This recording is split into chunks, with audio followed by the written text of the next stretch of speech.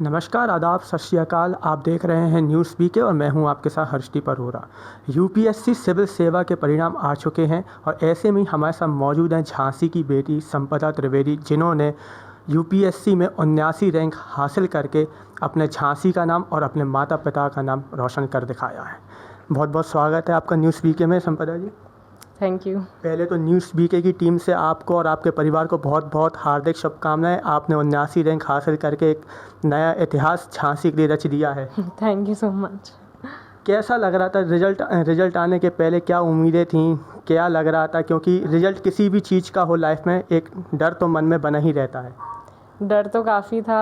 हमने बिल्कुल एक्सपेक्ट नहीं किया था कि 79 रैंक आ जाएगी। हमारा बस ये था कि लिस्ट में नाम आ जाए एटलीस्ट, चाहे कोई भी रैंक आए लेकिन एटलीस्ट लिस्ट में नाम आ जाए, क्योंकि अदरवाइज़ तो बहुत ज़्यादा डिसअपॉइंटिंग हो जाता, क्योंकि हम पिछले 4-5 साल से इसके लिए प्रिपेयर कर रहे हैं, तो इसलिए काफ़ी खुशी हुई उसके बाद रिज़ल्ट देखकर।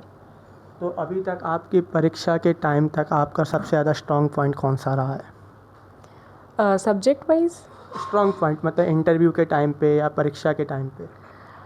Strong point I would say कि हमारा रिटन पार्ट ज़्यादा स्ट्रॉन्ग था, हमें ऐसा लगता है। इंटरव्यू के लिए हम थोड़ा ज़्यादा डरे हुए थे, क्योंकि हमने आज तक मतलब ये हमारा पहला फॉर्मल इंटरव्यू था, तो उसके पहले ऑब्वियसली डर लगता है, क्योंकि आपको इतने ज़्यादा एक्सपीरियंस लोगों के सामने, बोर्ड में बहुत एक्सपीरियंस्ड रिटायर्ड आईएएस और सीनियर आईएएस ऑफिसर्स और काफ़ी ऊँचे ऑफिशियल्स रहते हैं, तो डर था उसके लिए। हमें लगता है रिटन पार्ट ज़्यादा स्ट्रॉन्ग था हमारा। संपदा, ये बताइए आपका मेन सब्जेक्ट कौन सा था और आपने कितने अटैम्प्ट में यह यूपीएससी का मतलब परीक्षा क्वालिफाई करी? हमारा ऑप्शनल सब्जेक्ट फ़िलॉसफी था। ये हमारा 4th अटैम्प्ट था, तो हमने 4th अटैम्प्ट में क्वालिफाई किया। ऐसा क्या रह गया था संपदा जो पिछले 3 अटैम्प्ट में नहीं हो पाया? कौन से पॉइंट्स ऐसे रह गए थे जो आप उस समय क्लियर नहीं कर पाए? आपने 4th अटैम्प्ट में कवर करा है उसको, और जो अब आने वाले लोग हैं उनके लिए आप क्या वो पॉइंट्स बताना चाहेंगे कि उनसे वो गलती ना हो? जी, सबसे बड़ी जो गलती हमने किया, और कई लोग ऐसा करते हैं, हमारे फ्रेंड्स से भी कई बात होती है, वो भी ये मिस्टेक करते हैं। सबसे ज़्यादा इम्पॉर्टेंट है कि आप आंसर राइटिंग प्रैक्टिस करते रहें, क्योंकि आंसर राइटिंग हमने फर्स्ट 2 ईयर्स ऑफ प्रिपरेशन में इग्नोर किया था काफ़ी, और आंसर राइटिंग सबसे ज़्यादा इंपॉर्टेंट होता है। मेंस के मार्क्स सबसे ज़्यादा वेटेज कैरी करते हैं, तो आंसर राइटिंग करते रहना चाहिए। उससे कॉन्सेप्चुअल क्लैरिटी भी बनती है, प्लस आंसर राइटिंग से आप बेटर आंसर्स लिख सकते हैं, जिससे मार्क्स पे फ़र्क पड़ता है। संपदा, जैसे देखा जाए जो इस बार का यूपीएससी रिजल्ट जो आया है, इसमें टॉप में लड़कियां ही रही हैं, और आप लड़कियों के लिए क्या संदेश देना चाहेंगे? जो आने वाली लड़कियां हैं उनके लिए आप क्या कहना चाहेंगे?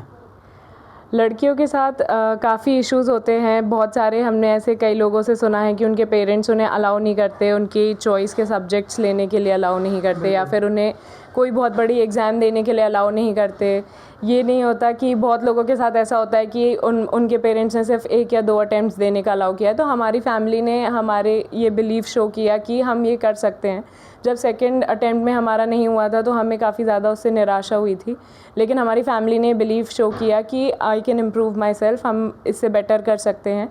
तो मुझे लगता है कि बाकी लड़कियों के भी पेरेंट्स और उनकी फैमिली को सपोर्ट करना चाहिए उस चीज़ में। बिल्कुल, कहते हैं काबिलियत व्यक्ति की चमक हर कोई देख लेता है, पर उन्हें यह नहीं पता होता उसने कितना अंधेरा देखा है।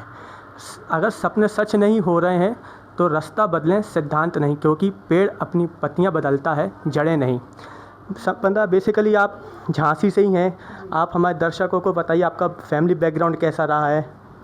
जी, हमारी फैमिली में मोस्टली सारे लोग बिज़नेस से एसोसिएटेड हैं। हमारे बाबा जो थे वो एसपीआई इंटर कॉलेज के प्रिंसिपल थे, और वो एक पॉलिटिकल और सोशल एक्टिविस्ट भी थे, और उसके साथ साथ एक कवि भी थे। तो वो हमारे लिए सबसे ज़्यादा इंस्पिरेशन रहे हैं। उन्होंने ही बचपन से ये बोला था कि तुम आईएएस की परीक्षा दो, तुम डीएम बनना, और तो वही उनका सपना था जो हमें बचपन से इंस्पायर करता था कि हाँ, ये कुछ चीज़ है। हमें तब पता नहीं था कि डीएम बनना क्या होता है, या ये क्या एग्ज़ाम होता है, इसके लिए क्या पढ़ाई होती है, लेकिन तब उस चीज़ से हमें हमेशा से दिमाग में था कि हाँ, ये कुछ है जो हमें करना है। बिल्कुल, आज आपने अपने बाबा का सपना पूरा कर दिखाया है। संपदा, मैं ये पूछना चाहूँगा कि अभी तक आपकी जो स्टडी रही है और आपकी जर्नी कैसे रही है? आपने अपनी स्टडी को किस रूटीन से आपने पढ़ाई करी है? कितने घंटे आपने पढ़ाई में दिए हैं? आप हमारे दर्शकों को थोड़ा बताइए किस तरीके से आप तक की अभी आपकी जर्नी रही है। जी फर्स्ट और सेकंड ईयर ऑफ प्रिपरेशन में ऑब्वियसली ज़्यादा पढ़ते हैं सब, क्योंकि बहुत ज़्यादा वास्ट सिलेबस होता है कवर करने के लिए, प्लस आपको मैनेज करना पड़ता है। जैसे हमने कोचिंग लिया था तो उसके साथ मैनेज करना पड़ता है कि सेल्फ स्टडी का भी टाइम निकले। तो फर्स्ट सेकंड ईयर में हमने काफ़ी ज़्यादा, हम ऑलमोस्ट 8-9 घंटे पढ़ते होंगे। फिर उसके बाद धीमे धीमे आप कंसिस्टेंसी पर ज़्यादा फोकस करिए। ये नहीं कि आप दिन में 12-14 घंटे पढ़ रहे हो फिर उसके बाद आप अगले दिन से पढ़ ही नहीं रहे हैं, क्योंकि ये हो जाता है कि आप अगर बहुत ज़्यादा एक दिन में पढ़ रहे हैं तो फिर आप वो हो जाता है काफ़ी कि इसके आगे अब हम क्या ही पढ़ें। तो इसलिए आप कंसिस्टेंसी पे ज़्यादा फोकस कीजिए। हम बाद में 3rd-4th ईयर में ऑलमोस्ट सिर्फ 5-6 आवर्स पर डे पढ़ते होंगे, लेकिन हम कोशिश करते थे कि हम रोज़ एटलीस्ट पढ़ रहे हैं उतना। बिल्कुल, आपकी स्माइल बता रही है आपको अंदर से कितनी खुशी हो रही है, आप अपने एम तक पहुंच गए हैं। और संपदा, मैं ये पूछना चाहूँगा कि आपका ये आईएएस बनने का सपना कब से रहा है? और अब तो रिज़ल्ट भी आ गया है, आपने अपने बाबा का भी सपना पूरा कर दिखाया है। तो जब कल रिज़ल्ट आया है तो आपने सबसे पहले खबर घर में किसको दी थी? जी, घर में सबसे पहले हमने अपने पापा को बताया था। वो सबसे ज़्यादा मोटिवेटिंग रहे हैं फैमिली में, उन्होंने सबसे ज़्यादा मोटिवेट किया। उन्होंने जब भी हमें स्ट्रेस हुआ या बहुत ज़्यादा निराशा हुई कि हमसे नहीं हो पाएगा या ये बहुत कठिन है, तो उन्होंने ही हमेशा हौसला बढ़ाया, तो हमने उन्हें सबसे पहले बताया था। बिल्कुल, कहते हैं खोल दे पंख मेरे कहता है परिंदा, खोल दे पंख मेरे कहता है परिंदा, अभी और उड़ान बाकी है, ज़मीन नहीं है मंजिल मेरी, अभी पूरा आसमान बाकी है। संपदा, अभी आप आईएएस बन ही गए हैं और आपका सबसे पहला काम क्या रहेगा आईएएस बनने के बाद? जी हमें लगता है कि हर जगह की अपनी समस्याएं होती हैं, तो जो भी गवर्नमेंट उसके लिए काफ़ी स्टेप्स लेती है उन प्रॉब्लम्स को हटाने का, तो जो गवर्नमेंट की प्रोग्राम्स होंगे या उसकी पूरे निष्ठा से उसको अप्लाई करना, उनको इम्प्लीमेंट करना उन स्कीम्स को या फिर उन जो भी प्रोग्राम्स हैं गवर्नमेंट के। प्लस हमें ह्यूमन रिसोर्सेज डेवलपमेंट सेक्टर में काफ़ी इंटरेस्ट है, skill development, health care, education, इस सब में काफ़ी फोकस होना चाहिए, क्योंकि इंडिया की सबसे यूथफुल पॉपुलेशन है। तो हमें लगता है कि उस सेक्टर में काम करना चाहिए। जैसे देखा जाए, यूपीएससी की परीक्षा को बहुत ही सर्वश्रेष्ठ माना जाता है और कहा जाता है कि हर कोई इसको एक अटैम्प्ट में क्रॉस नहीं कर पाता है। मतलब बहुत ही किस्मत वाले होते हैं जो एक अटैम्प्ट में क्रॉस कर लेते हैं, लेकिन बहुत से लोग ऐसे होते हैं, बहुत स्टूडेंट्स ऐसे होते हैं जो मतलब उनका फर्स्ट अटैम्प्ट, सेकंड अटैम्प्ट में नहीं हो पाता है एग्ज़ाम क्रॉस, तो वो निराश हो जाते हैं। तो आप उनके लिए क्या कहना चाहेंगे? निराश तो होते हैं, क्योंकि आप इंटरनेट पे देखते हैं, न्यूज़पेपर्स में देखते हैं कि लोगों का फर्स्ट अटेम्प्ट में क्लियर हो गया है, और तो उससे एक निराशा होती है कि शायद हमारे अंदर कोई कमी है। लेकिन आप उसमें स्ट्रेस्ड होने की जगह आप उसको पॉजिटिव सेंस में ले सकते हैं कि आप अपनी गलतियों को एनालाइज़ कीजिए। जैसे हमने आंसर राइटिंग प्रैक्टिस नहीं की थी, हमने खुद के नोट्स नहीं बनाए थे स्टार्टिंग ईयर्स ऑफ प्रिपरेशन में, तो आप अपनी गलतियों को एनालाइज़ कीजिए, उस पर वर्क कीजिए, उसको बेटर कीजिए, तो वो सबसे इम्पोर्टेंट है। कोशिश करने वालों की कभी हार नहीं होती।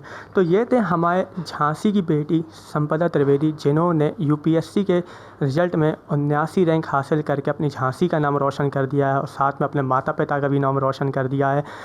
एक बार फिर से न्यूज़ वीकी की टीम से आपको और आपके परिवार को बहुत बहुत हार्दिक शुभकामनाएं। Thank you so much. देखते रहिए न्यूज़ वीके और मैं हूँ आपके साथ Harshdeep Arora. The only options for better education in modern time. Moon International Public School. Smart classes, qualified and dedicated faculties, international sports academy, art and craft classes, yoga and gymnasium, music and dance classes, advanced library with smart computer lab and science lab, etc.